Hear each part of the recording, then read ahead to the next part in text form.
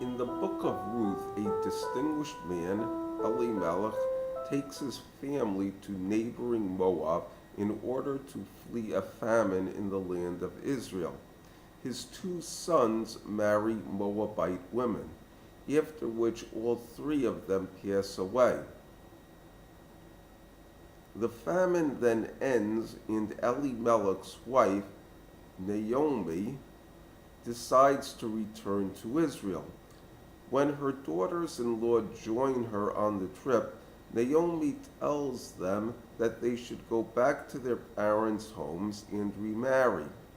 When the daughters-in-law protest, she explains that she is too old to have sons who could join them in levirate marriage, and intimates to them that there is nothing for them in Israel.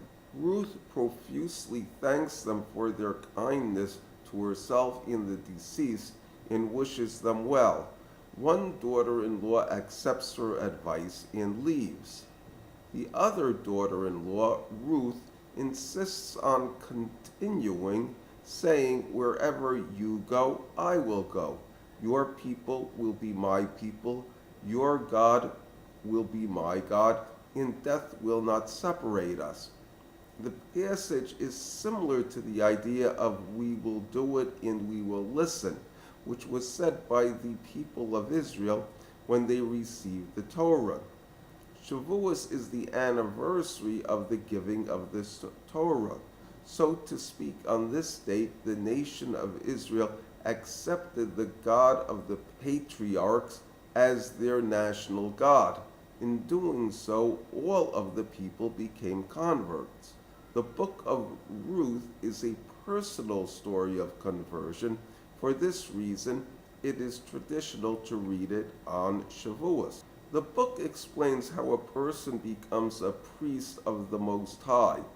The book, like the process, is not entirely logical. Elimelech is reckoned as both noble and flawed. Rashi describes him as the magnate of his generation who quit the country because he did not wish to dissipate his wealth by supporting the poor. The Targum castigates his two sons for taking foreign wives and gives this as the reason for their deaths.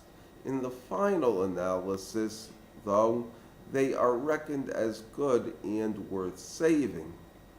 Ruth, however, is a righteous princess, and Rashi compares her departure from Moab with Jacob's departure from Beersheba, saying that the departure of a righteous person from a place is conspicuous and makes an impression. Its splendor departs, its majesty departs, the praise of the city departs, and likewise. There is an aspect in this story of a descent for the sake of a subsequent ascent, in time to do for Hashem, void your Torah. The second chapter of the book of Ruth opens with the mention of Naomi's relative, Boaz, who is described as a valiant champion. It takes place during the time of the grain harvest, and Ruth tells her mother-in-law that she plans to glean fallen grain and forgotten bundles that remain in a field after it has been harvested. The impression is that Ruth is an older woman and not in such good health. On the other hand, Ruth is 40 according to Ruth Rabbah. Both are destitute, and Ruth is intending to support her mother-in-law. Ruth chances upon the field of Boaz, who according to the Midrash is 80 years old. Boaz takes notice of Ruth and gives her favorable treatment. He is impressed with her because she is helping her mother-in-law and left her native land for a people she did not know. Boaz then gives her a blessing, saying, "May the Lord reward your deeds, and may your reward be full from the Lord God of Israel, under whose wings you have taken shelter. Ruth tells Naomi that she was favorably received by Boaz. Naomi tells Ruth that Boaz is a relative and gives thanks to God for his kindness to the living and the deceased. She apparently believes the two of them will marry. When the harvest is about to conclude, Naomi instructs Ruth to dress up and secretly go to Boaz's field. Boaz will sleep in the field, and when he does so, Ruth is to lie at his feet. When Boaz wakes up, Ruth should say what is on her mind. Ruth does so and says to Boaz, "Spread your wings over me, for you are my redeemer." Boaz is pleased and accepts her petition, although there is a technical detail he must tend to first.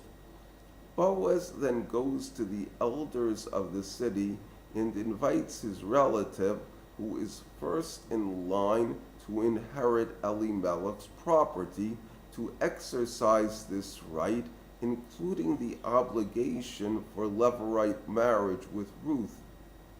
The relative declines because marrying a Moabite would damage his standing in the community. Boaz then exercises the right, and everybody gives him a strong blessing of approval.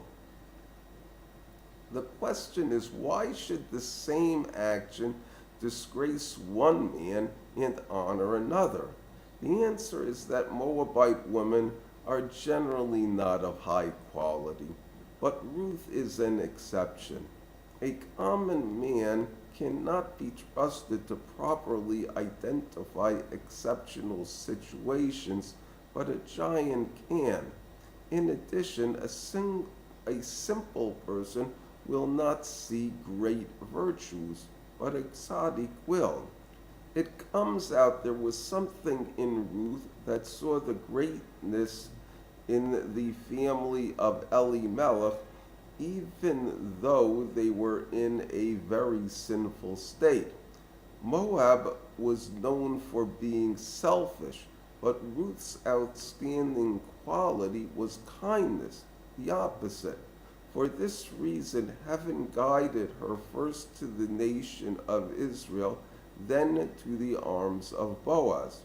Ruth was able to turn darkness into light because she had an instinct for the essence of religion based on nobility of character. These are the characteristics that are meant to rule over the nation of Israel. For this reason, they were refined into the foundation of the house of David. Thank you.